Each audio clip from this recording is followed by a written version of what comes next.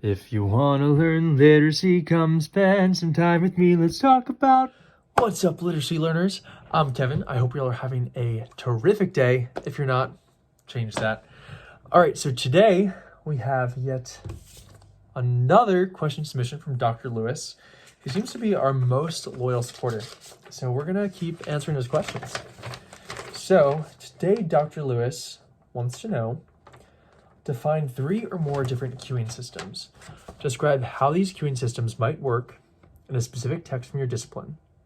Discuss the disciplinary specific aspects, such as structure, terminology, and skills needed to be able to read and interpret the text. How would you use this disciplinary text to support secondary students' disciplinary literacy and language skills? As always, a very packed question. So we're going to take that bit by bit and kind of break it up.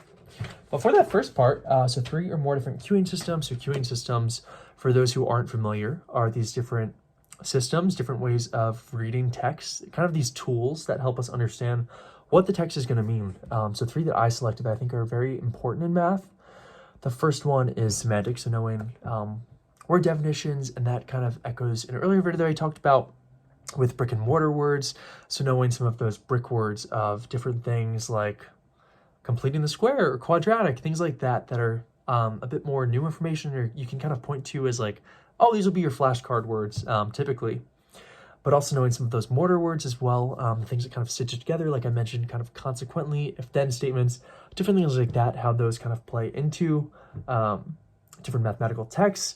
But I think what's important with semantic as well with regard to math is understanding variable definitions. So what these variables stand for. We have a lot of letters that we use in math, and it can be very confusing to kind of mix them up a little bit. So making sure that we kind of approach those variables in a similar way by defining them.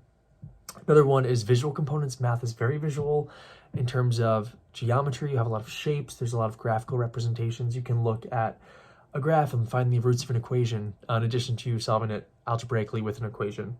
So different things like that. And then also there is syntactic queuing systems, which are parts of speech and sentence structure. And I think this really comes into play with proofwriting.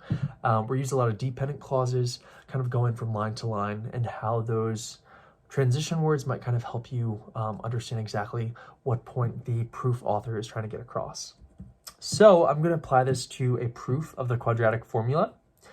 So the first thing that I'm going to look at is semantics. So looking at some of these different words, some ones that we might want to make sure that students know are quadratic, what that means, having the highest power of the variable be an exponent of 2, what completing the square means, what a square root is, operations like multiply, subtract, add, divide. All those words would be things that you'd want your students to know going into this. And even if you think they're definitely going to know what that is, it's always good to double check. And also some of the different things, like I mentioned with variables, is important to know in this proof as well, because x is the variable that we're really focusing on. That's the one we want to get by itself. That's the one we're solving for.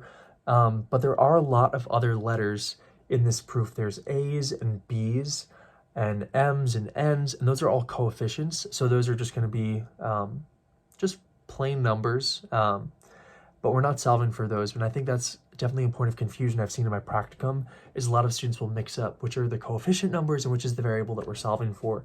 And it's typically x, but making sure that we understand that by defining it.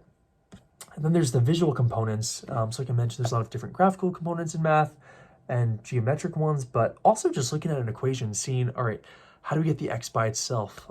There's this on this side. We want it to be balanced. So we have to bring this over. So kind of thinking about equations very visually as well. And then the last one that we're going to look at is syntactic, so parts of speech and sentence structure.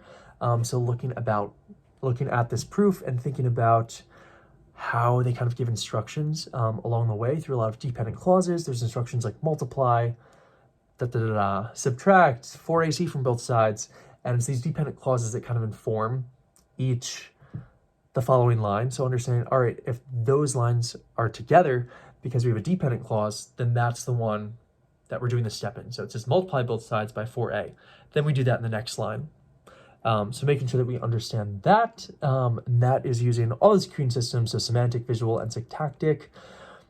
and some of the disciplinary specific aspects that we need to know in order to understand this text would definitely, like I mentioned, be the variable and coefficient, understanding the differences between those, and what it means to be a variable, understanding how to complete the square, what the formula for that looks like, because that's something that I think a lot of students, when they're introduced to factoring and all these different methods, completing the square isn't really their first choice. So it might be one that students are not as familiar with when they're finding the roots of an equation. So definitely completing the square, and make sure that students know what a quadratic is, some of those terms like add, subtract, different skills such as knowing properties of equations, how to use those, PEMDAS, laws of equality. If you do something to one side, you have to do it to the other side to keep it balanced. And then also inverse operations. In order to undo addition, we do subtraction. In order to undo division, we do multiplication, and vice versa. And so, how can this text support students' disciplinary literacy and language skills? I think this is a really good starting proof for students. One, because you can pretty much do this entire proof without explaining it and just do it algebraically, and I think it would still make sense to a lot of students if they were familiar with all those things that we just listed above, but kind of giving them a bit more practice and familiarity with proofwriting and using those dependent clauses, explaining their thinking as they go through might feel unnatural for a lot of students. So to be able to kind of put words to some of those things in a more familiar algebraic format, I think would be very, very helpful. So recognizing how we use dependent clauses to inform the next line of our proof, and then from there, I think you can go to more of those if-then statements. And I like that this proof kind of begins to use some of those transition words where it says since, and that's one of those things where it says since this, then this, and that's kind of like that if-then statement that's so critical in proofwriting. So it kind of allows students to dip their toes into that.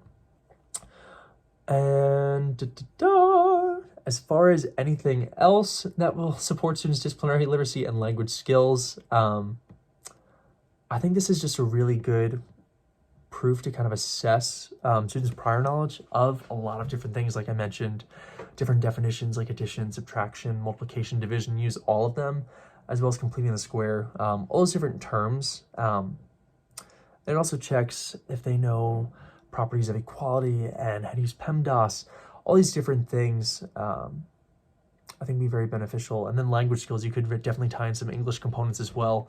Not everyone's proof has to look the same, but thinking about, all right, so we have these dependent clauses and the verb seems to be at the front of all of them. Why is that? And using that as a discussion of language as well, how we want to have that action verb at the beginning of each of these dependent clauses, because that provides the instruction for the reader. So yeah, I hope y'all enjoyed this video. Like and subscribe. As always, all my resources for this video are in the description. And thank you all so much. I hope you have a fantastic day.